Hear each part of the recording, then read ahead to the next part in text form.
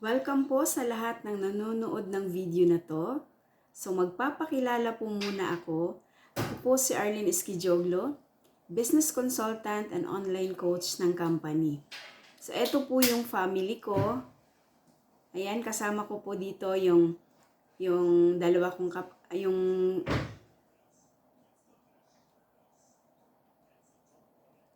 Welcome po sa lahat ng nanonood ng video na to. Magpapakilala po muna ako. Ako po si Arlene Esquijoglo, business consultant and online coach ng company. Ayan, so ito po yung family background ko. Nandyan po yung mama ko, yung papa ko, at syempre yung kapatid ko. Okay, so dalawa lang po kami magkakapatid. Ako po yung panganay at ako na rin po yung breadwinner ng family namin. At syempre nandyan din po yung kapatid ko, nandyan yung tatlo kong anak at syempre ang aking asawa. At dahil sa sobrang hirap ng buhay namin sa Pilipinas, yung family ko mahirap lang po kami, nagbabaka sakali po ako sa ibang bansa. So naging OFW po ako dito sa Japan for 18 years. O diba? So kumusta po yung pagiging OFW ko dito sa Japan for 18 years? So marami po akong naipon. Maraming naipon na resibo. O, diba? So, kung kayo ay OFW na nakikinig dito sa video or nanonood sa video na to, pakinggan po natin. Baka po ito makakatulong sa inyo. Okay? So, ayan, pag-usapan po natin kung ano ba yung mga kadalasang problema ng tao. Siyempre, una dyan, pagod na sa trabaho, gusto na ng time and financial freedom, gusto na mag-quit sa day job, gusto na makasama ang pamilya, kulang ang sahod at gustong magsimula ng negosyo. Okay? So ngayon, pag-uusapan po natin, ano yung 4 na paraan paano kumita ng pera ang tao. Una dyan sa pagiging empleyado, o di ba? Meron kang trabaho. Ibig sabihin, pag may time in ka, may sahod ka. Pag wala kang time in, wala ka rin pong sahod. In short, no work, no pay. Tama? Next naman, self-employed. So halimbawa, meron kang sari-sari store. So ikaw na yung may-ari, ikaw pa yung magtatrabaho. At syempre, pag busy ka, may lakad ka, di ba? So sa sarado mo yung tindahan mo, hindi mo naman pwedeng bitbitin yung mga paninda mo, tama? So ibig sabihin, pag sarado yung tindahan mo, walang bibili sa'yo. So wala ka rin pong income. So, active income pa rin po yan. Okay? Next naman, ito po yung business owner. So, you own a system. So, nagmamay-ari ka ng system. So, halimbawa, meron kang mga tauhan dito na nagtatrabaho sa'yo. So, kahit busy ka, okay lang kasi mag-generate pa rin ng income yung negosyo mo kasi meron kang mga tauhan na nagtatrabaho sa'yo. Okay? So, ano ba yung mga sample po ng franchising business na nagmamay-ari ng system. So, like for example, dito po. Ito po yung mga taong walang idea, walang concept, walang sistema, walang skills, pero ang dami-dami nilang pera para makapagsimula or para mabili po nila yung mga kailangan nila. So, ito yung mga taong may kakayahan talaga magpalabas ng malaking kapital. So, halimbawa po, gusto mong mag-franchise or gusto natin mag-franchise ng McDonald's, o di ba? Si McDonald, franchising business po yan. Meron po siyang required capital na 50 million. Grabe, sobrang laki. Pero, pwede ka pong kumita, pwede po tayong kumita dito ng 1 million na net income sa isang buwan. O, di ba? Maganda po siya. Kaya lang, yung capital, sobrang ganda din po. 50 million. Katulad ko po na isang ordinaryong tao, wala po akong ganyang kalaking pera. Dahil mahirap lang po ako. Di ba? Kahit 1 million, wala nga po ako eh. Di ba? So, hindi ko po kaya. So, titingnan po natin dito sa pangalawa. Ito po yung tinatawag nating multi-level marketing or MLM. So, ito din po yung mga taong walang idea, walang sistema, walang skills, walang concept. At hindi rin po sapat yung pera nila para magsimula ng negosyo. Ang good news, hindi po natin kailangan magpalabas ng napakalaking kapital kasi minimal capital lang po dito sa MLM. So, ang gagamitin natin, case system. So, ano ba yung case system na yan? Kwento-kwento na may kwenta. Okay? So, ikwento lang po natin sa ating mga kakilala, kamag-anak, kapitbahay, ka-Facebook, ka-Twitter, ka-klase, lahat po ng mga ka-key-system natin.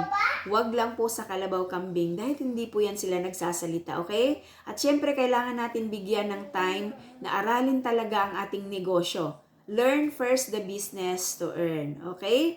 So, eto na po yung pang-apat na paraan kung paano po kumita ng pera ang tao. So, eto po yung tinatawag nating investor. So, syempre, may negosyo ka, di ba? Pag malaki na yung kita mo, syempre, mag-iipon ka na niyan. Pag malaki na yung naipon mo, magkakaroon ka na ng mga investments, di ba? So, dito na po papasok yung tinatawag nating money works for us. So, ibig sabihin kahit tulog ka, kumikita ka pa rin. Gusto ba natin yan? Yes, gustong-gusto natin yan. Okay, so eto lang po yung i-avail natin mga ma'am and sir. Ang one-stop shop system, so e-cash account or electronic cash account. So kung familiar tayo kay Globe may GCash, si Smart may Maya, dito naman sa system natin, ito po yung tinatawag nating electronic cash system, okay? So i-download po natin sa ating mga cellphone, laptop at desktop as long as meron po tayong good internet connection. Okay? So once na meron na tayong e-cash account or e-cash system, magkakaroon na po tayo ng ganitong negosyo. Bills payment, hotel booking, insurance, loading, remittance, ticketing, and travel and tours. O diba? So grabe, dahil negosyo po ang ating pinag-uusapan, pag-usapan natin kung paano tayo kikita. Sa ticketing natin, syempre, markup base po tayo. Partner po natin ang 406 Airlines. O diba? So sa domestic po natin, pwede tayong mag-markup ng 150 to 500 pesos per way per passenger po yan. What if, halimbawa, nakapag-book ka ng 100 ka-packs, nag-markup ka na lang ng 300 pesos. So, magkano po yung income natin dyan? 30,000 pesos. What if nag-round trip yan? So, ibig sabihin, 30,000 times 2-way, grabe, 60,000 ang income mo dyan. Sa domestic pa lang yan. Meron pa tayong international. Pwede tayong mag-markup ng 700 to 1,000 pesos per way per passenger po yan. Halimbawa, nakapag-book ka ng 20 ka-tao. Nag-markup ka na lang ng 700 pesos. Magkano yung income mo? 14,000 pesos po yan. Grabe.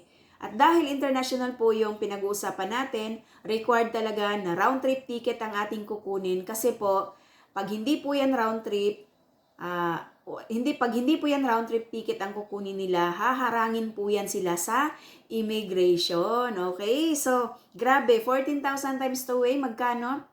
28,000. Imagine, sa ticketing pa lang yan, kumita ka na ng 88,000 pesos.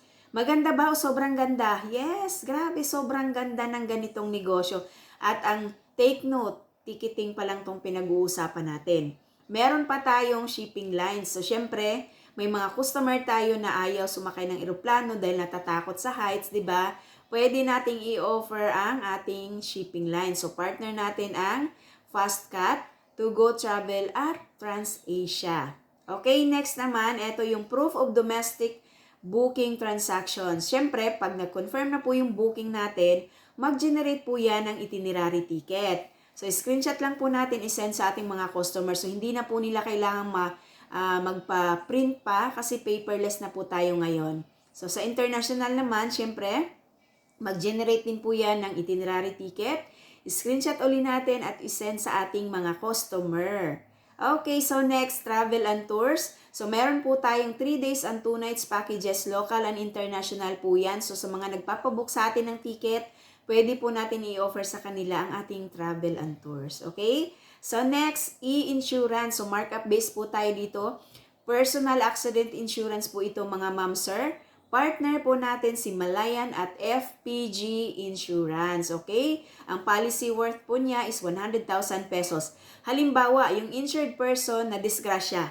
So, naputulan ng kamay, nabalian ng paa. Hindi po natin pinagdasal yan ha. So, in short, na-disable na po siya, hindi na siya pwedeng magtrabaho. Meron po siyang matatanggap na 100,000 pesos. Kung sakali mang natuluyan ang insured person, so meron pong matanggap na another 10,000 pesos na burial assistance yung beneficiary ng insured person, okay? So, a total of 110,000 pesos ang marireceive ng beneficiary niya. At grabe, napakamura po ng ating insurance. 80 pesos lang po yan. Insured na po tayo for 1 year. Grabe, gusto po ba? Pwede rin po tayong magbenta ng ating insurance from 300 to 500 pesos. Depende po yan sa atin. Okay? So, ayan, meron din po tayong CTPL or Compulsory Third Party Liabilities. So, kung meron po tayong mga kakilala na may sasakyan, pwede nating i-renew ang kanilang sasakyan. So, hindi na nila kailangan pumunta sa LTO. Okay? So, next, meron po tayong e-loading. Grabe, 3% plus markup plus 2% outright income. Partner natin ang lahat ng network sa Pilipinas. At syempre, good news dyan, pwede tayong mag-load sa international. Sa Hong Kong, Dubai, Qatar, Singapore, at ang bago ngayon, Malaysia. Diba? At marami pang iba. Next naman, online shopping. Grabe, kung ikaw ay palaging umu-order sa Shopee or Lazada, naku, meron po tayo dito sa ating sa system. Meron tayong online shopping. Nandito po lahat ng ating pampaganda, pampasexy, pampataba, pampapayat, name it. Nandito po yan lahat. Okay. So next, bills payment. Good news. Partner natin si Bayad Center. Kung ikaw, nagbabayad ka ng mga bills mo, pumupunta ka pa dun sa Bayad Center, pumipila ka pa, hindi na po kailangan ngayon. Nandito na po sa system natin, nasa cellphone lang. Pwede na nating bayaran yung ating bills, okay? Dahil partner na po natin si Bayad Center. At kung meron po tayong mga debit card dyan or credit card, pwede natin gamitin yan pambayad ng ating bills, okay?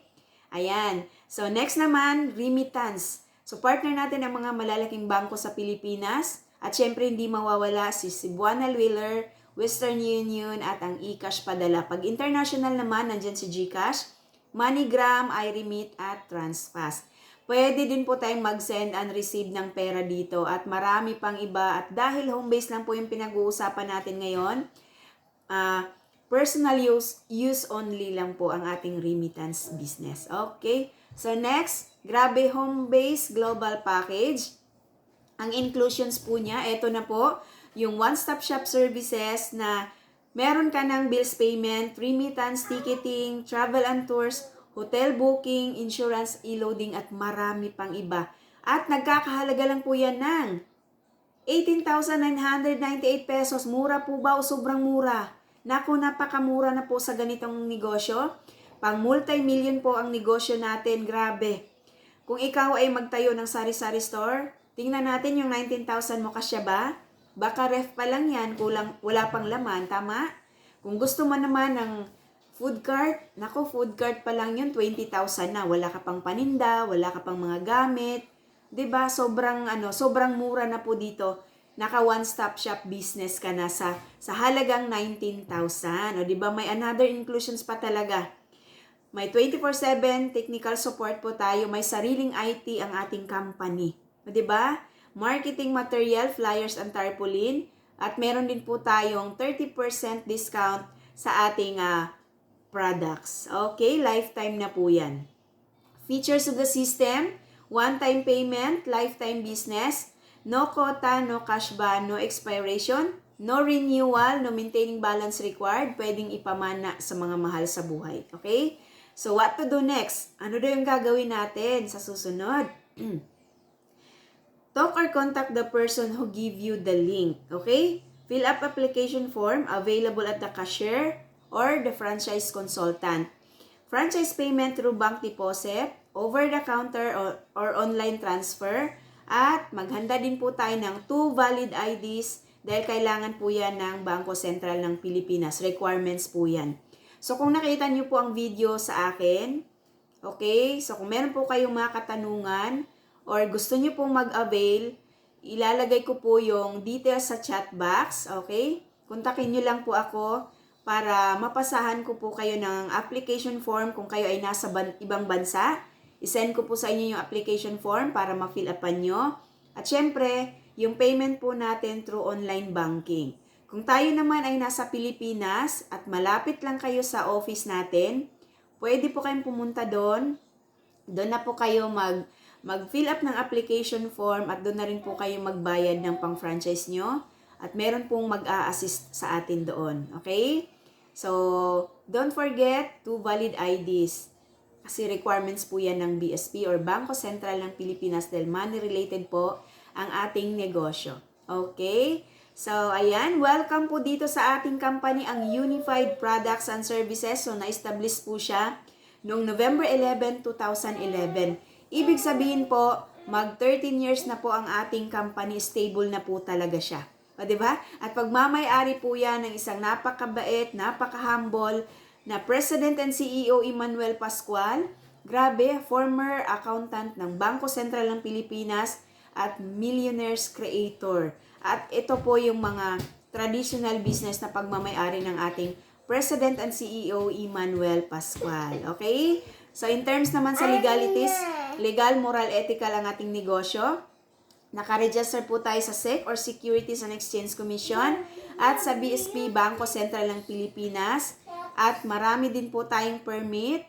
Ayan, BIR. At member din po ang ating President and CEO ng company sa AFI or Association of Filipino Franchisers Incorporated. Okay, sa awards and recognition naman, marami na po tayong natanggap na award from Cebu Pacific, Philippine Airlines at AirAsia dahil palagi po tayong nagtatap sa booking. Ayan.